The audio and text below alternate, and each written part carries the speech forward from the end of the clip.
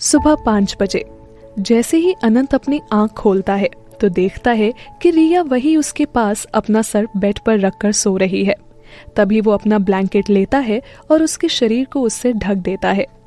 कुछ घंटे बाद जब रिया उठती है तो वो देखती है कि वो अनंत की देखभाल करते हुए वही सो गई थी। तभी अपने शरीर पर ब्लैंकेट देखकर वो सोचती है कि ये कहाँ से आया। तभी पीछे से राधा नॉक करते हुए बोलती है, रिया दी, ब्रेकफास्ट रेडी है, उठ जाइए। ये सुनकर रिया अनंत के रूम से बाहर आती है। राधा को मुस्कुराते देखकर रिया पूछती है, क्या हुआ राधा, इतना मुस्कुरा क्यों रही है? कोई खास बात है क्या आज? नहीं दी, बस ऐसी ही।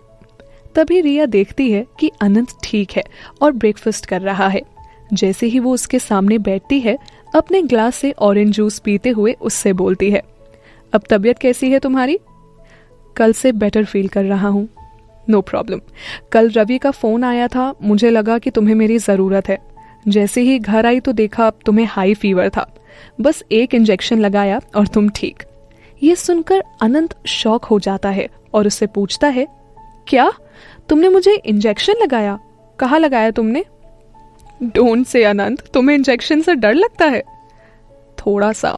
ये बात सुनने के बाद रिया जोर से हंसने लगती है। उसे देखकर मयंक और राधा भी हंसने लगते हैं। ठीक है, पर इसमें हंसने वाली क्या बात है? ओके ठीक है, नहीं हंसती हूँ, लेकिन इंजेक्शन इतना बड़ा एक्टर इंजेक्शन से डरता है। आज की breaking news, the Anant Kapoor injection से डरते हैं। ठीक है, हंसो, खूब हंसो, तुम सब हंसो। राधा और मयंक को देखते हुए अनंत उन्हें घूरता है और फिर वहां से उठकर चला जाता है। आज मैं पक्का लेट हो गई हूँ, अब तक तो पेशेंट्स की लंबी लाइन लग चुकी होगी। कार पार्क करने के बाद रिया जैसे ही हॉस्पिटल में एंट्री करती है। रिया, मेरे लिए रुको। सिद्धार्थ को पीछे आते देखकर रिया वहीं रुक जाती है। मॉर्निंग सेठ, सॉरी यार, कल के लिए कुछ अर्जेंट काम आ गया था। वैसे जो तुम बोलने वाले थे वो क्या बात थी? कुछ खास बात नहीं थी। पक्का ना? क्योंकि मुझे लगा कुछ खास बात थी, तभी तो मुझे इतने बड़े रेस्टोरेंट लेकर गए थे। तुम्हें पता है ना, मेरे लिए ये सब नॉर्मल है। या मुझे पता है तुम एक अमीर बाप के बेटे हो। वैसे ऐसा क्या अर्जेंट था कि तुम्हें जाना पड़ा? ये सवाल सुनकर रिया सोचने लगती है कि अब वो सिद्धार्थ को क्या बोले, क्योंकि वो अभी उसे ये नहीं बताना चाहती है कि वो अनंत कपूर की फेक फियांसे है। अरे वो किसी फ्रेंड की तबीयत खराब हो गई थी, मुझे ट्रीटमेंट के लिए बुलाया था। एक्चुअली वो मेरा पेशेंट भी है, इसीलिए। Okay, patient first. जब करण ने एंटर किया तो नैना रेस्टोरेंट की डेकोरेशन में बिजी थी। जैसे ही वो एंट्री की तरफ देखता है, Naina, I missed you so much. हक करते हुए करण उसे बोलता है, क्या Karan, don't do this, you are so heavy. तभी करण देखता है कि रेस्टोरेंट ऑलमोस्ट पूरा हो चुका है। वाओ नैना, तुम्हें तो डिजाइनर होना चाहिए था। करण रेस्टोरेंट का इंटीरियर देखकर सरप्राइज हो जाता है। बाय द वे, अब तुम्हें कैसा लग रहा है? करण उसके बालों को सहलाते हुए पूछता है। I am fine. वैसे अनंत कैसा है? शूटिंग में तुम उससे मिले ही होगे, आफ्टर ऑल तुम दोनों एक ही मूवी में काम कर रहे हो।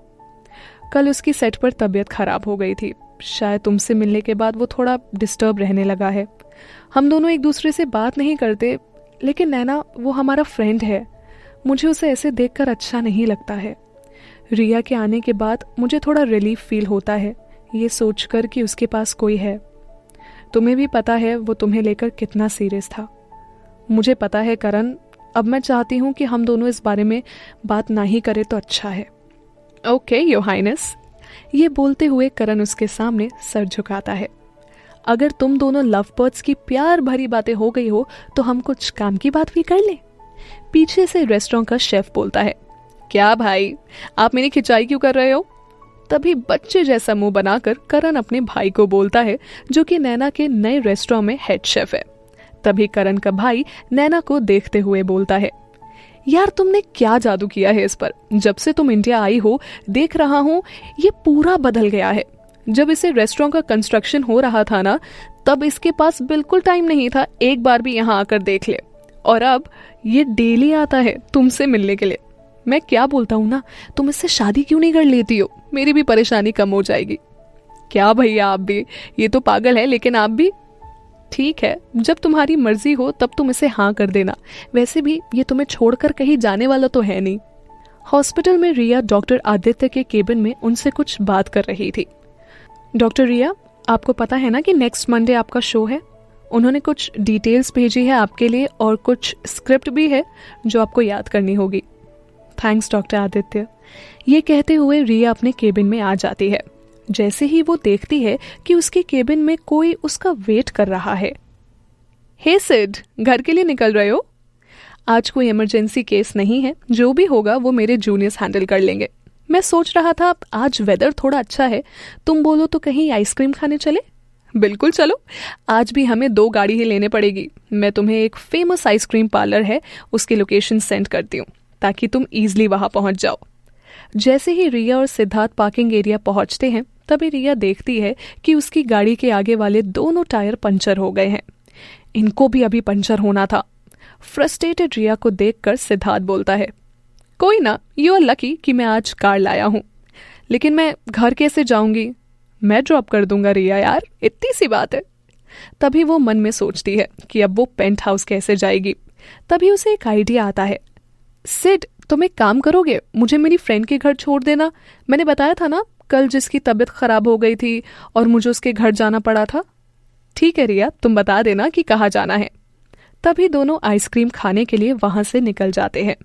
जैसे ही वो दोनों आइसक्रीम पार्लर पहुंचते हैं, रिया अंदर जाकर बोलती है, मुझे स्ट्रॉबेरी वेनिला कोन और सिद्धार्थ तुम्हें चॉकलेट बटर स्कॉच। तभी वो दोनों सिद्धार्थ की कार में बैठकर आइसक्रीम एंजॉय करते हैं। रोली रिया, ये आइसक्रीम सच में यम है।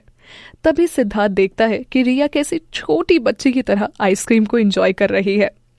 तुम्हें याद है रिया, हम अपनी पॉकेट मनी से कितनी आइसक्रीम खाते थे स्कूल के बाद, और तुम तब भी यही फ्लेवर चूज करते थे।